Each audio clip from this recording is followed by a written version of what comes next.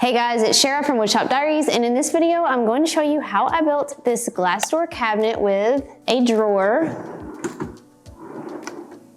and obviously some shelving. Throughout the video I made several mistakes, but I'll explain everything as we go. If you want to grab the building plans, I have linked them in the video description, but if you want to just see how it came together, let's go.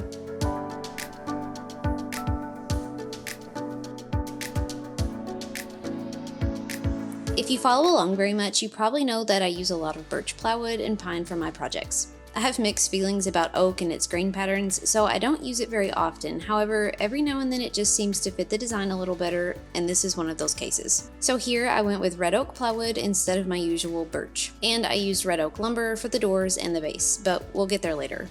The main body of this cabinet was built with 3/4 inch plywood, so I began by cutting down my sheet into the pieces that I needed to build the main box.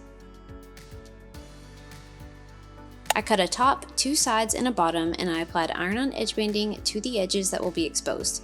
Edge banding is optional, but it does cover the exposed plywood edges and just makes the project look a little cleaner. I've linked a guide for how to apply it in the video description. Once the edge banding was applied, I sanded all the pieces well, then drilled pocket holes along the top edge of the side panels and into the ends of the bottom panel.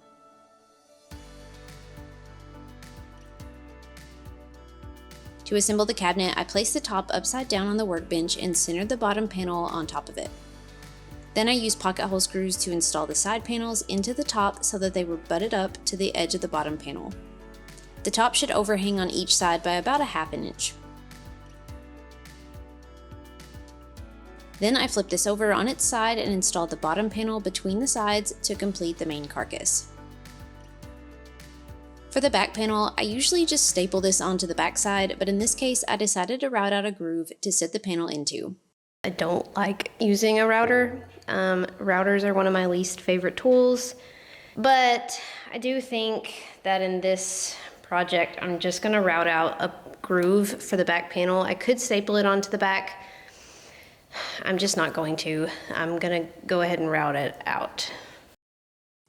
Either way would work just fine. But I used a 3/8 inch rabbiting bit with my router to cut a 1/4 inch deep rabbet along the inside edge. In the process, I accidentally ripped part of my plywood, yet another reason that I hate the router, so I fixed it up with a little wood glue and cut the back panel while it dried. I measured and cut a 1/4 inch plywood panel to fit into the rabbet on the back. Now you can cut this with a circular saw instead if you don't have a table saw. I'm gonna be honest, I do not want to chisel out the square corners on the cabinet, so I'm just gonna use this dowel that's the same size as my router bit and draw a little curve here, and I'm gonna cut it with my jigsaw, and so that way I'll just cut this to fit the cabinet versus cutting the cabinet square to fit the panel. If you wanted to use a chisel to square off the corners of the cabinet instead, that would be totally fine. I would just rather use a jigsaw than a chisel.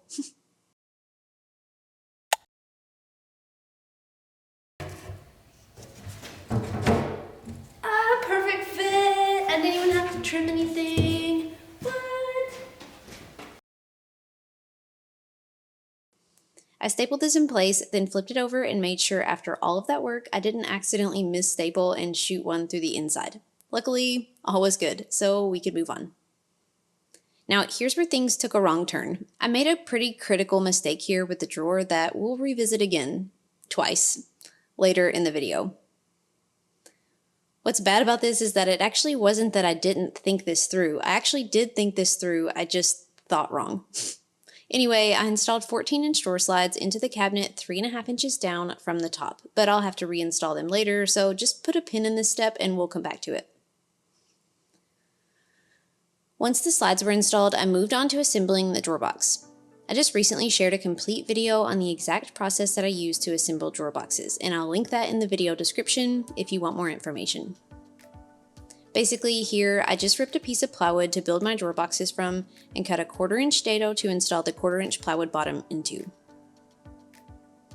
Then I cut the strip into the 4 drawer box sides, edge banded the top sides, and assembled it using pocket holes and screws.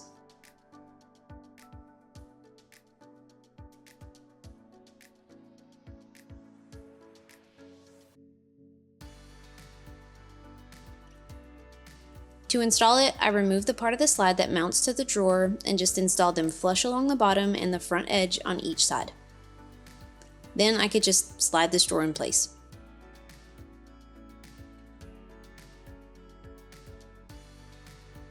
Once the drawer was installed, I cut and edge banded a piece of 3/4 inch plywood to use as the drawer front. I centered, clamped, then screwed this front end from the inside. But again, we will revisit this in a later step because everything with the drawer here is not really correct at this point. Anyway, once the drawer was installed, I moved on to assembling the doors. I built these doors from red oak 1x3s and I trimmed my pieces to length and laid them out on the workbench.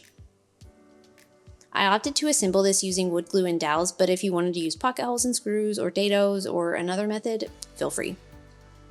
To use dowels, first I used a speed square to draw some lines along each joint that I could use to line up my dowel jig with. Then I drilled dowel holes at each mark, making sure to label each piece so that I knew how they went back together. I get a lot of questions about this dowel jig, and it's just a basic 3/8 inch Rockler brand dowel jig. I'm not sure if Rockler makes these anymore as they're kind of hard to find, but there are several other brands that make the exact same thing and I'll link it in the description below along with a quick video about how to use it. Once all my dowel holes were drilled, I glued and installed the dowels at each joint and pieced the frame together.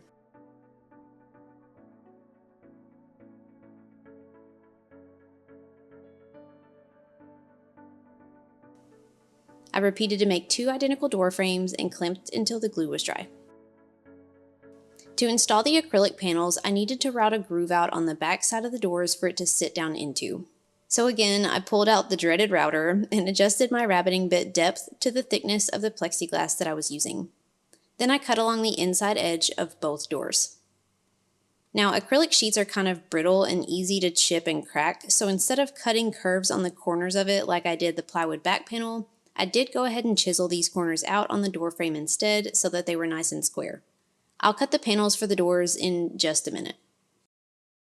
The top door hinge, I want to mount it as far up as I can without interfering with the door front. Let's say the center is about right there. I need to drill the center of my cup hole for the hinge about 6.5 inches down from the top.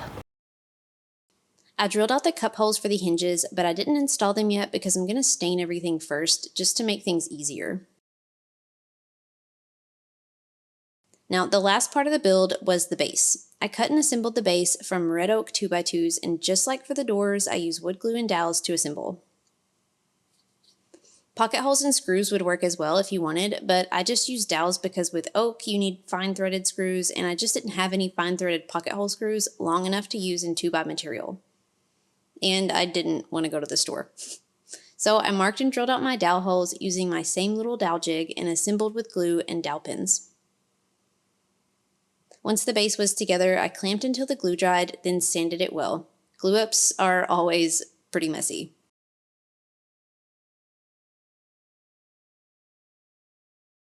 Now I've got the base here, and I'm just going to route a tiny little rabbet along the top. When I set the cabinet on top of this, it's supposed to be flush across the side. However, if there's like a 32nd or a 16th of an inch difference, the cabinet sets over or the cabinet is a little bit too short, cutting a reveal is going to hide that because there's going to be an intentional gap placed between the two. So you're not going to notice that there is a change in plane on the side.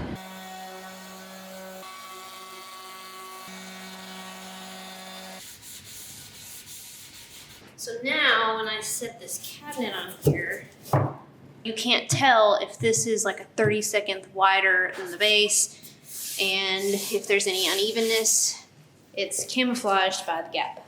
Which is good because if I were to be honest, my cabinet is slightly wider than my base. So.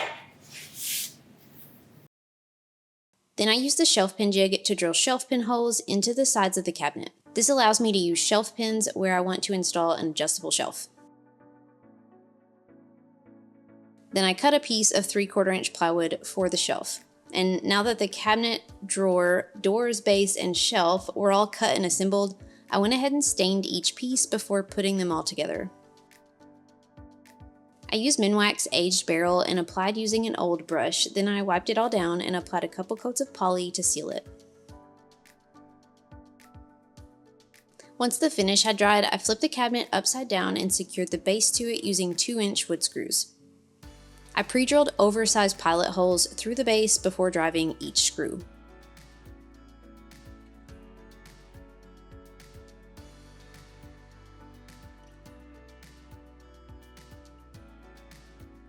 Then I moved back to the doors to finish them up. I used a circular saw and a straight edge to cut 2 acrylic panels to fit into the rabbited sections that I cut on the door frame.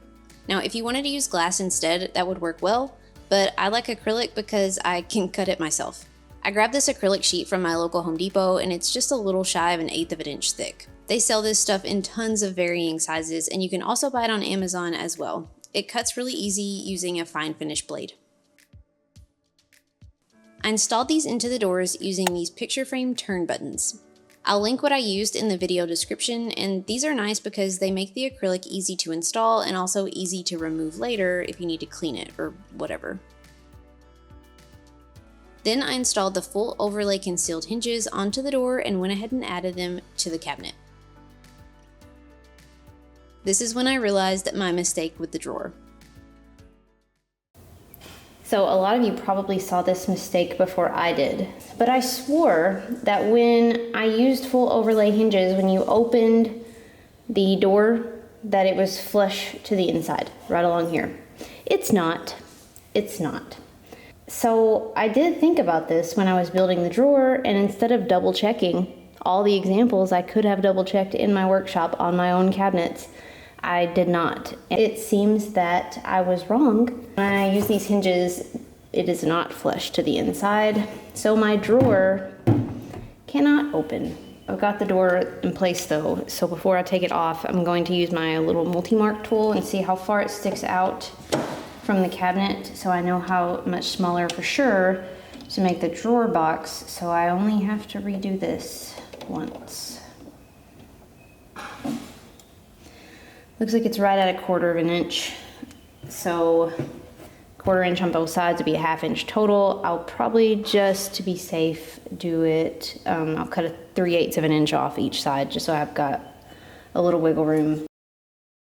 I removed the doors and the drawer from the cabinet and added these scrap plywood blocks to mount the slides onto so that they'll clear the door and allow the drawer to open.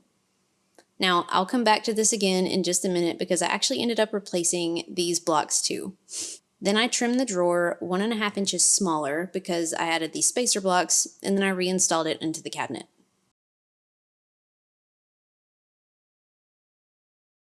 I trimmed the drawer front down about 1/2 inch and re-edge banded the cut end. This was actually the worst part because then I had to sand and restain this section.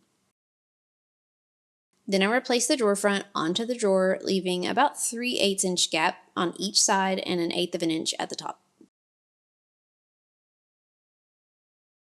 I reinstalled the doors and made sure that the drawer would actually open now. Thank goodness it did. And at this point, I went ahead and added the knobs to the drawer and the doors.